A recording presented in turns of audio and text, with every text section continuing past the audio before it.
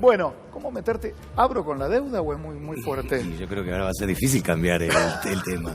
Contame.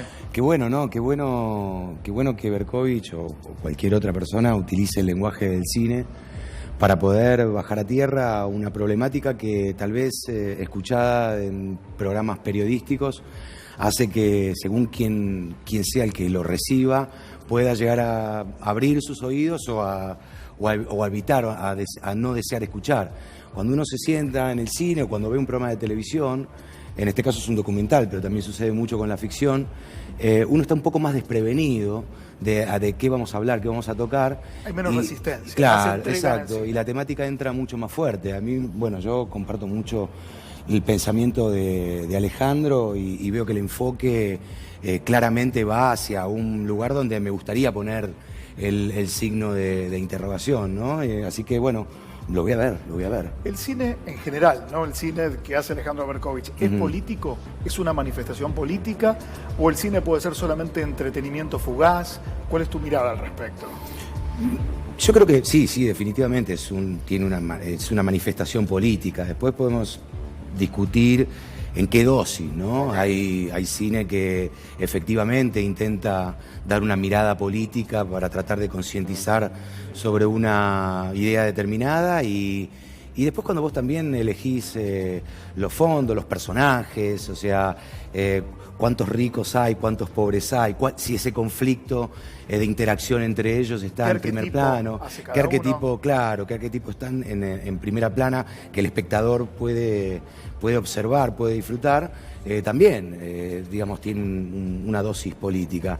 Yo lo veo muy bien, yo creo que es casi, te digo, una necesidad, ¿no? De que se puedan expresar las distintas miradas políticas sin restricciones y que la gente pueda elegir, ¿no? Claramente qué clase de cine político, o por más que en apariencia no lo sea. Un cine de retrato también, pero exacto, que puedan sí. elegir. Yo creo que la libertad de hablar de política, ya sea en el cine, en la televisión o mismo cara a cara con cualquier persona, tiene que ser un derecho inalienable, ¿no? Y algo que no debe ser obturado de ninguna manera. ¿Tuviste alguna complicación en estos 4 años para hacer cine?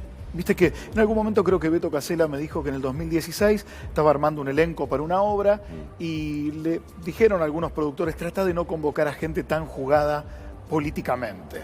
Digo, a la hora de convocarte, ¿siguieron convocándote de la misma manera? ¿Nadie tuvo reservas? Mira, yo soy un afortunado de este oficio. La verdad es que si dijese que mi realidad laboral cambió rotundamente después de haber decidido clarificar mi idea política, te mentiría, porque no he dejado de tener trabajo.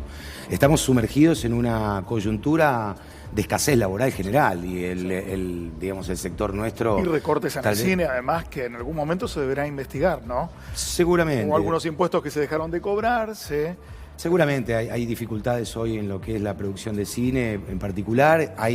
Hay problemas para poder producir televisión porque los países que han podido ponerse en el pelotón de los grandes países productores de audiovisual, del estilo de contenido que hoy se está exportando al mundo, salvo Estados Unidos, que también subvenciona su actividad audiovisual, los demás países tienen leyes muy fuertes con respecto al desarrollo de la industria audiovisual.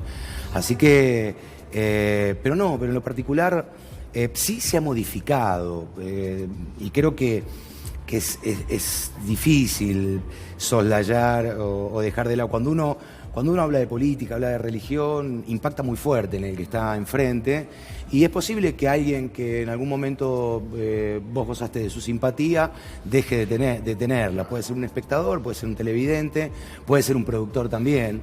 Y cada uno tiene el derecho a trabajar con quien quiera. Sí.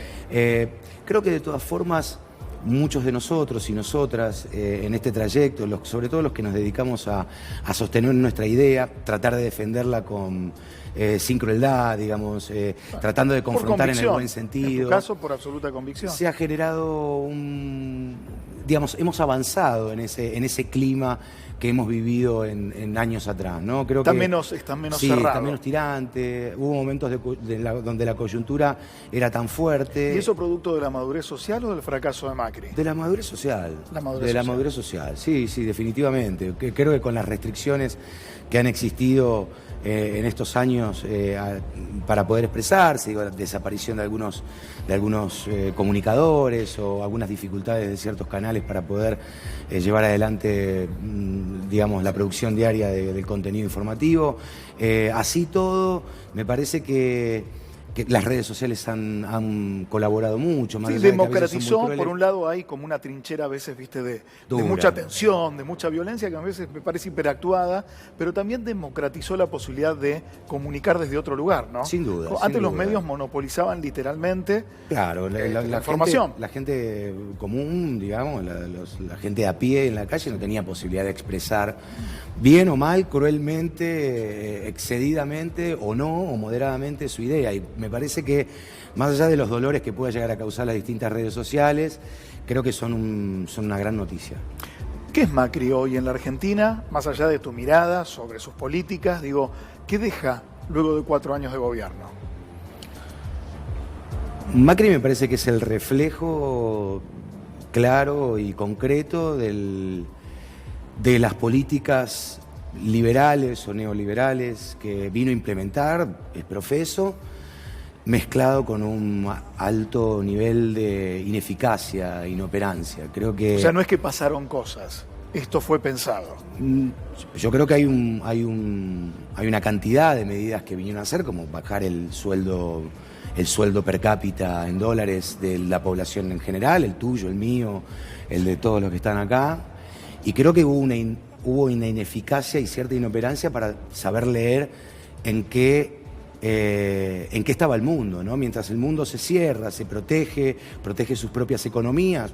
Esto es fácilmente reconocible. El presidente de Francia lucha a capa y espada por proteger los productos agropecuarios. El mismísimo Donald Trump decide entrar en una línea de protección para poder reflotar su industria automotriz y ni hablar los alimentos no comparto nada de Trump, pero sí estoy de acuerdo con su política de protección económica o de protección de producción local. Este gobierno leyó algo absolutamente contrario de eso y provocó una apertura indiscriminada de productos importados a la vez de que liberó y dolarizó toda la realidad de tarifas y bueno, la cuestión de los precios en general, y provocó una enorme depresión en lo que es la pequeña y mediana empresa argentina, que es el sostén, digamos, más potente y el generador de riqueza, de más trabajo, interna. Y creo que eso fue un deseo, me parece que fue una mirada ideológica que se implementó en un momento donde el mundo iba a contramano. Y cuando ves ahora una campaña donde, cuando tengan las imágenes me avisan, digo, una imagen que a mí me llamó la atención fue, descontextualizadamente, un presidente en campaña por una nueva gestión de gobierno, besándole un pie a una señora mayor en Tucumán. Eso me parece risueño.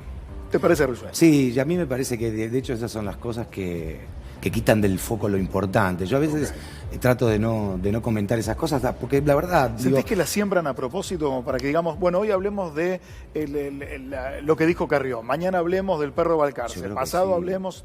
Sí, debemos destacar algo de este gobierno es que han tenido enorme, si bien han equivocado la forma de comunicar, han tenido herramientas y han tenido por lo menos la estructura de pensamiento de cómo generar noticia, la han sabido hacer mucho mejor que nadie. Entonces, yo creo que cuando se trata de evitar de hablar de economía, un beso al pie de una mujer o digamos un ataque virulento de Carrió o un exceso verbal del candidato a vicepresidente, son medidas efectivas. Bien, se lo preguntamos a todos, a Enrique Pinti, a Verónica Ginás, creo que a Nancy también. ¿Qué nota le pondrías a Mauricio Macri como en su gestión de gobierno, digo, por estos 4 años? 0. Un número, a 0. Fuiste el menos generoso de todos, ¿eh? ¿Ah, sí? Sí, hasta Beto Casella dijo cualquiera menos de 4. 0. 0, vos directamente 0. Yo nunca compartí, yo veía hacia adelante, no por ser un especialista en la materia, pero por sí tener memoria del año 69 que nací hasta esta parte, cómo fueron los procesos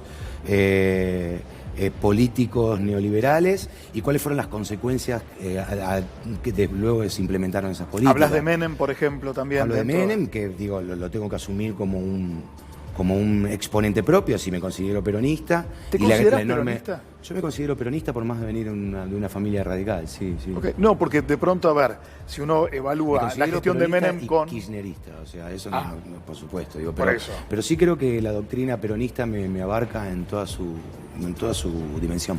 Entraba Antonio Caló a la sede central del PJ y un muy buen cronista le preguntó: ¿qué es Alberto Fernández en el arco del peronismo que va desde la derecha hasta la izquierda? Dijo, bueno, tendremos que ver en sus primeros meses de gestión.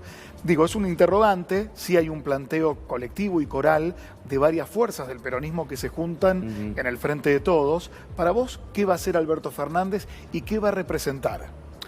Para mí Alberto Fernández es el peronista necesario para encarar este segmento de la historia, de aquí en adelante.